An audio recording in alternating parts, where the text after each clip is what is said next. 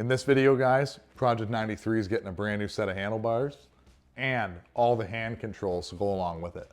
So first step for us, guys, is we're gonna get rid of this old, well not old, this brand new Renthal pad. We're not gonna run the black and red pad on Project 93. We're gonna put a vintage pad on it. I don't know what color yet. If we're gonna use a red pad, a vintage black pad, like the fabric pads is what I'm talking about. They're nicer than the shiny one to really kind of go with the era. So if you guys remember from the other videos, Project 93 didn't have 7/8 bars. It had the risers and the handlebars were way up, and it had the 1.8" bars. So we had to order brand new OEM Honda hold downs. So we're gonna use those, obviously. Get our bolts in. Just gonna set this up loose for right now. And then we can start snugging them up. Now, you guys can run your handlebars however you like. But I like to run mine very in line as far as the bar to this, to the fork tubes. And then the spacing just needs to, you can see it here, you can take a measurement from different points. But the Renthal bars have little nicks on them, so you can just kind of measure the nicks, and we're about a 32nd off of the nick. I'll try and show you guys a little better once we get these snugged down. When I'm talking about spacing and these little nicks, is these little nicks are all numbered 0, 1 to 5, and you can make marks or have a mark in the center or wherever you want, or you can take a look. So we have about a 32nd on this edge is what I'm talking about. And on this edge, I have the same. So I like the way the handlebars look right now. It's just a personal thing. The next guy who buys the bike or whatever, he might like them different. Well, he's free to change them. So we're gonna go ahead and snug these down. And what we're trying to watch for is to make sure the gap in the front here stays the same on all 4 sides. And you might have to snug this, and then once we have that gap, we'll put the torque setting on it and double check the torque setting to make sure these are torqued properly. Last thing you want is to land on a jump or go through some whoops and have your handlebars roll forward or roll back. So we're gonna end up using these awesome UFO lock-on grips, and lock-on grips are kind of the way to go now, guys. There's no more glue. You simply slide them on, tighten them up in the position you like, and it's that simple. What's nice about them is that when you're dealing with your throttle side, we're gonna clean up this whole assembly, give it a new paint job because it's got some nicks and stuff, and we can paint that black and have it really looking good. And then the throttle tube that comes with the stock one, like your replacement throttle tube, well, it's built in to your lock-on grips. Your grip's already glued on, it's already assembled. And this is obviously a Honda setup, but maybe you need a KTM setup or a whatever, it doesn't matter. All the parts are here, they come in the kit, and you simply swap out the one you want, and then it matches perfect, and then they just slide right in and work great. So another great thing here is I always wanted a set of these as a kid. I never got a set, but a set of UFO brush guards. They just protect your hands. It's kind of like, you know, the Travis Pastrana thing. Project 93 is getting some brush guards on it. Nice black ones. They're gonna go good with the build. We're gonna try them. We're gonna run them. We're gonna see how we like them. We've got the good ones. UFO makes a ton of different ones of these guys, and they're really easy to install. All you have to do is take your grip and drill out the end, and it comes with all the hardware. And then when you install these, they don't hit the grip. They hit the bar. They spread open inside your bar. And this system's really simple. As you tighten it, this pulls in on a bit of an angle, and then it hits one on one side of the bar, one on the other, and it's good and tight and it won't fall out. So we're gonna go ahead and drill out the end of our grips so we can have these installed on Project 93. I think it's really gonna be pretty cool for the build. These grips are super strong. I'm afraid to also push that straight into my hand. So I'm gonna get my soft jaws to help hold it in the vise here. Super thick, which is nice.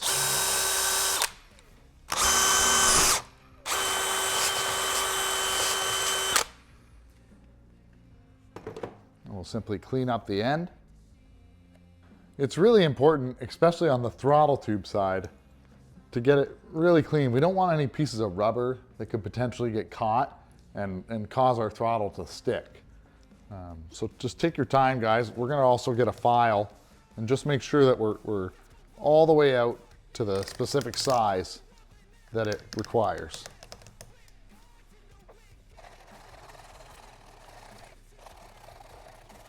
So we've gone ahead and got the grip all cleaned up. It's really smooth, there's no burrs, and we've cleaned up the whole throttle assembly for the grip so that we can install everything and get it all back together.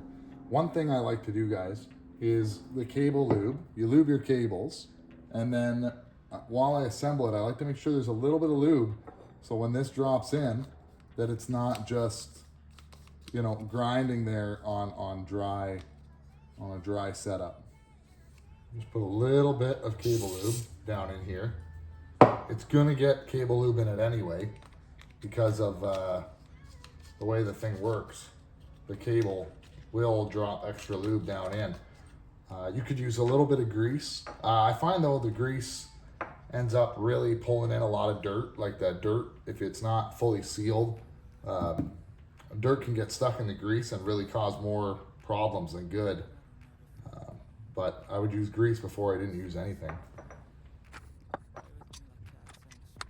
We're just gonna assemble it loose so that when we go to put it on the bike, we can adjust where it needs to be. If you go too far, the problem is you can see here the end of the tube, the grip, it's really grippy, like the tube is biting it. You need to have it off the end so that it's super loose. Lots of play there, really good.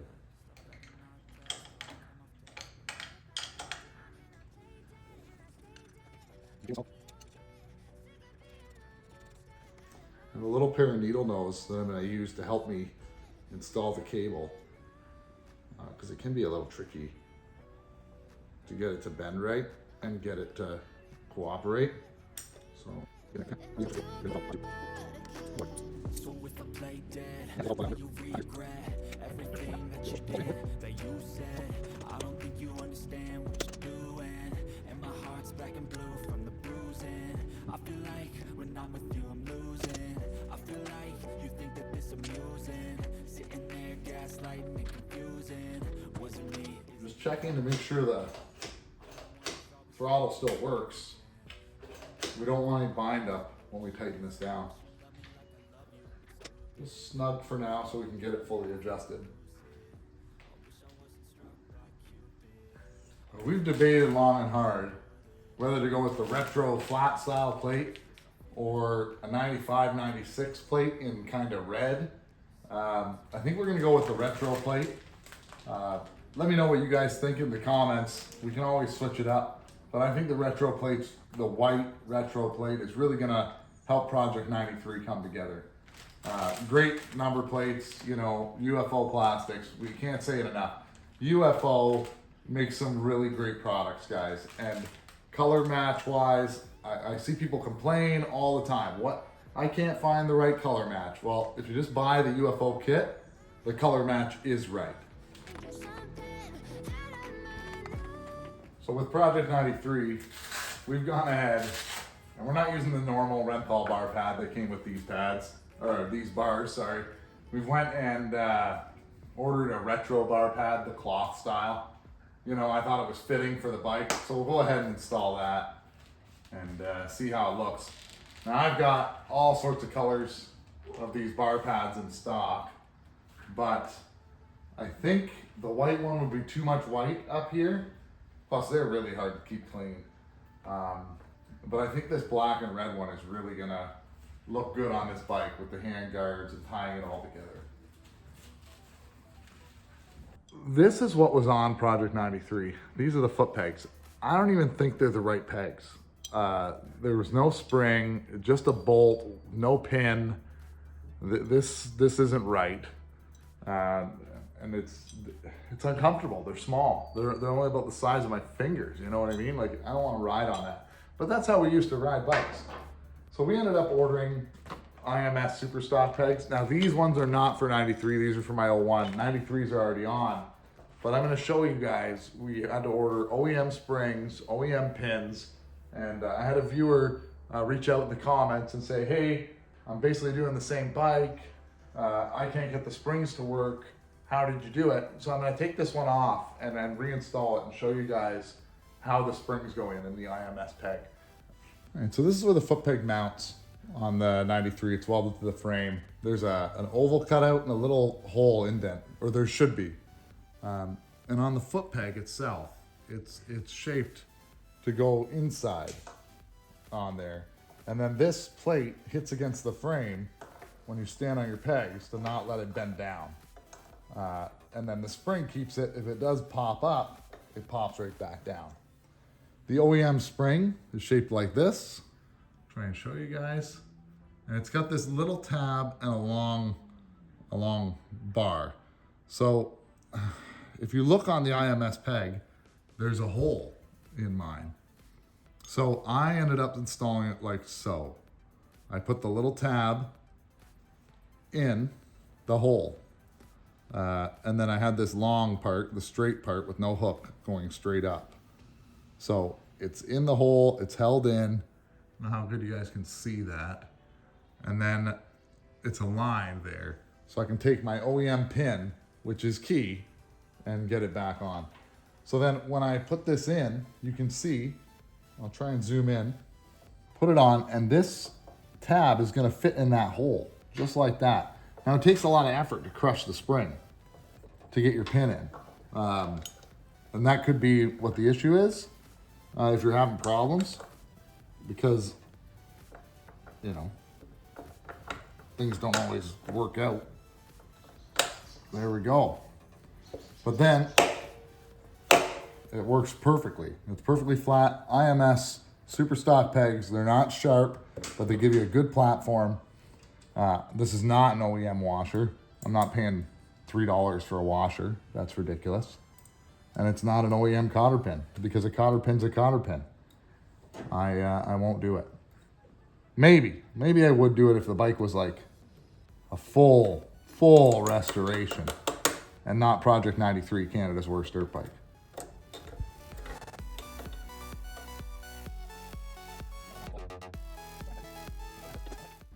So one more thing I want to talk about, guys, is this is the PJ carb, a Keihin PJ, 38 mil PJ carb that was on Project 93.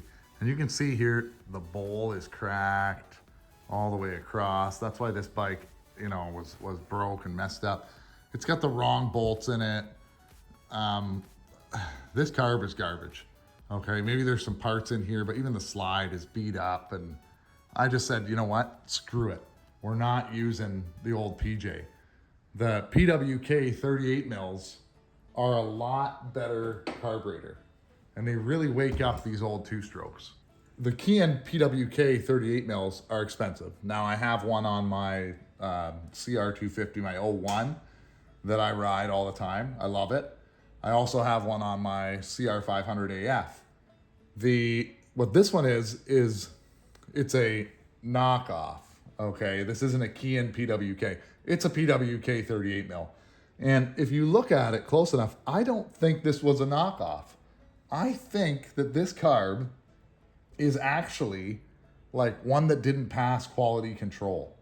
I took it apart and looked in it, and there's like a small little pit in the aluminum casting on the inside, in a place where it doesn't affect the operation of the carb. But I think it's not up to Keihin standards. So they basically say, no, get rid of it. And I bought this sucker for $40 Canadian. I've used a couple of them on different bikes, and they work really good. Now, there is ones out there that are complete knockoffs, but I think we got lucky on this one. Now we'll see when we start the bike up. I don't want to make any promises. If this is garbage, we will get a real carb and throw it on there. But sometimes, guys, if you're willing to take the risk, some of these knockoffs can actually be really good carbs. And for $40, you can't even rebuild one for $40. We're gonna go ahead and remove these Pro Action suspension stickers. It might have, I don't know, I took it apart. I don't know if it had Pro Action suspension. Some of the components have obviously been changed at some point, or somebody just bought stickers. I don't know. But we're gonna peel them off. It's not the look we're going for.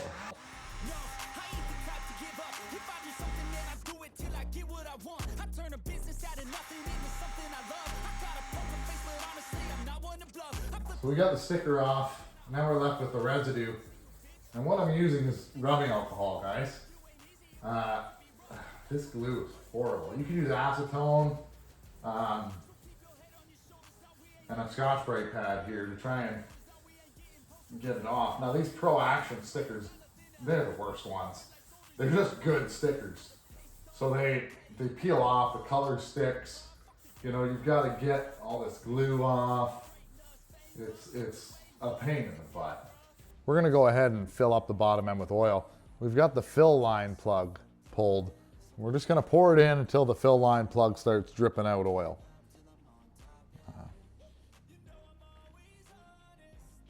We're just using 1040. It's what the owner's manual calls for. And because it's a fresh motor, guys, it's gonna take more than it normally would, about 100 mil more. I think it's about 850, 800, rather than the normal 700. So still less than a liter.